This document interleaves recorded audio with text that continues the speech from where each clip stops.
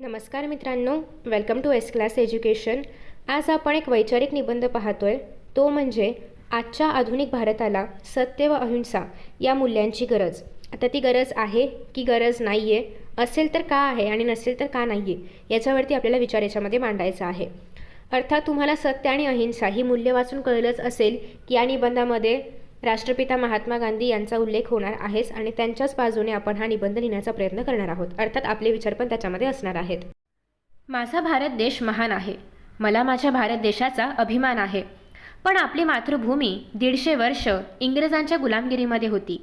आपल्या भारत भूमीला स्वातंत्र्य करण्यासाठी अनेक थोर नेत्यांनी आपले प्राण पणाला लावले, परंतु आपली भारत माता स्वातंत्र्य झाली ती म्हणजे सत्य आणि अहिंसेच्या मार्गावर चालूनच। हे आपण सर्व जाणतोच। सत्यमेव जयते हे ब्रीदवाक्य आहे। सत्यम शिवम सुंदरतेचा मंत्रघोष आहे। आपला भारत देश 15 ऑगस्ट 1947 साली स्वातंत्र्य झाला। तेव्हापासून आपल्या भारताची वाटचाल प्रगतीपथावर होत आहेच, पण काही ठिकाणी जनतेमध्ये अनाचार माजला आहे। सत्सद विवेकबुद्धीचा लोकांना विसर पडला आहे। प्रत्येकजण स्वार्थीपणाने फक्त स्वतःचाच विचार करीत आहे। जर स्वातंत्र्यपूर्व काळात नेत्यांनी फक्त स्वतःचाच विचार केला असता तर आज आपण स्वतंत्र भारताचे नागरिक असतो का? आज समाजामध्ये अनेक ठिकाणी असत्य, फसवणूक, हिंसा या मार्गाने आपले हेतू साध्य करण्याचे प्रयत्न चालू आहेत, परंतु या मार्गांमुळे सर्वांचाच नाश होऊ शकतो।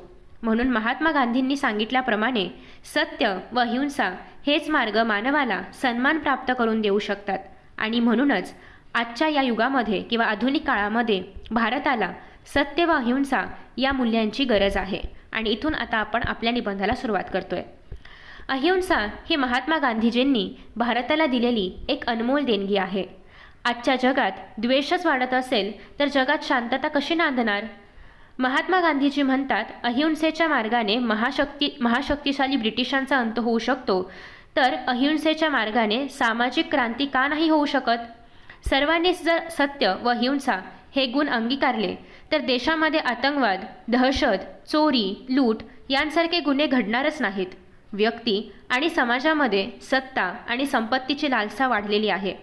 या लालसेमुळेच सामाजिक, आर्थिक आणि सांस्कृतिक प्रश्न निर्माण झाले आहेत। हिंसाचार, दहशत, बेकारी, दारिद्र्य इत्यादी प्रश्न आवासून उभे राहिलेले आहेत। त्यामुळे जर लालसेवर नियंत्रण ठेवले तर या प्रश्नांवर नक्कीच मात करता येईल। या जगामध्ये, या देशात जन्माला येणाऱ्या प्रत्येक जीवाला जगण्याचा अधिकार आहे। स्वतंत्र मत व्यक्त करण्याचा अधिकार आहे।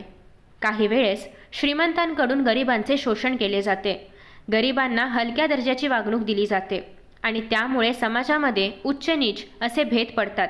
हे सर्व थांबले पाहिजे। आधुनिक काळामध्ये मानवी जीवनात विविध समस्या दिसून येतात। दहशतवाद, भ्रष्टाचार, जातीय दंगे, स्त्रियांवरील अन्याय, बाल गुन्हेगारी, बलात्कार, लोकसंख्या वाढ, आर्थिक विषमता, दारिद्र्य इत्यादी या जीवघेण्या समस्यांनी समाज त्रस्त झाला आहे आणि या सर्व समस्येचे मूळ कारण माणूस हाच आहे। ज्याप्रमाणे पर्यावरणाचे प्रदूषण होत आहे तसेच मानवी मनाचेही प्रदूषण झाल्याचे दिसते। या मानवी मनामध्ये निर्माण झालेल्या दूषित पर्यावरणाला स्वच्छ करायचे असेल तर महात्मा गांधीजींच्या तत्त्वज्ञानाचा अवलंब केलाच पाहिजे। 30 जानेवारी 1948 रोजी महात्मा गांधीजींची हत्या करून गांधीजी संपले असे वाटत असेल, पण व्यक्तीला मारता येतं, विचाराला मारता येत नाही। महात्मा गांधीजी हे फक्त हाडा माणसाचे शरीर नव्हते, तर ती एक विचारधारा होती। जगात महासत्ता असणाऱ्या अमेरिकेच्या माजी राष्ट्राध्यक्ष बराक ओबामा यांचे प्रेरणास्थानसुद्धा सत्य आणि अहिंसेचे प्रणेते महात्मा गांधीजीच होते। आपल्या देशाचे समाजसेवक अण्णा हजारे यांनी समाज कल्याणासाठी आंदोलने उभा करून उपोषणाचा म्हणजे अहिंसेचा मार्ग अवलंबला। यावरून महात्मा गांधीजींच्या सत्य व अहिंसा या मूल्यांची उपयुक्तता स्पष्ट होते। आधुनिक काळामध्ये जर सत्याची कास धरली तर समाजामध्ये कोणत्याच समस्या राहणार नाहीत। खऱ्या अर्थाने सत्य हा विचार त्रिकालाबाधित सत्य आहे। आपल्या भारतात विविधता आहे। आपल्या देशात सर्व जातीचे, धर्माचे लोक राहतात, परंतु सध्या आधुनिक काळामध्ये काही धर्मांमध्ये भेदभाव जाणवतो। आपण सर्वांनी भारतात जातीयवाद सोडून एकोप्याने राहिले पाहिजे। त्यासाठी सर्वांनीच समाजामध्ये सत्य, अहिंसा या मूल्यांचा अवलंब केला पाहिजे. तरच देशामध्ये शांतता नांदेल आणि हा वसा आपल्या पिढीकडून पुढच्या पिढीकडे जाणार आहे. आपण जर अहिंसा व सत्य या मूल्यांचा वारसा जोपासला तर पुढील पिढी देखील सुखी होईल. समाजातले सगळे प्रश्न मिटतील. चला तर सत्य आणि अहिंसेच्या मार्गावर चालूया. ईश्वरचरणी प्रार्थना करूया. हीच अमोची प्रार्थना अन हेच अमोचे मागणे, मानसाने मानसाशी मानसा समवागणे. धन्यवाद. मित्रांनो, तुम्हाला हा व्हिडिओ कसा वाटला हे नक्की खाली कमेंट बॉक्समध्ये सांगा आणि त्यासोबतच अशा प्रकारच्या अजून कोणत्या विषयांवरती तुम्हाला निबंध हवे आहेत ते सुद्धा कमेंट करून सांगा. Thank you so much and see you in the next video. Bye bye.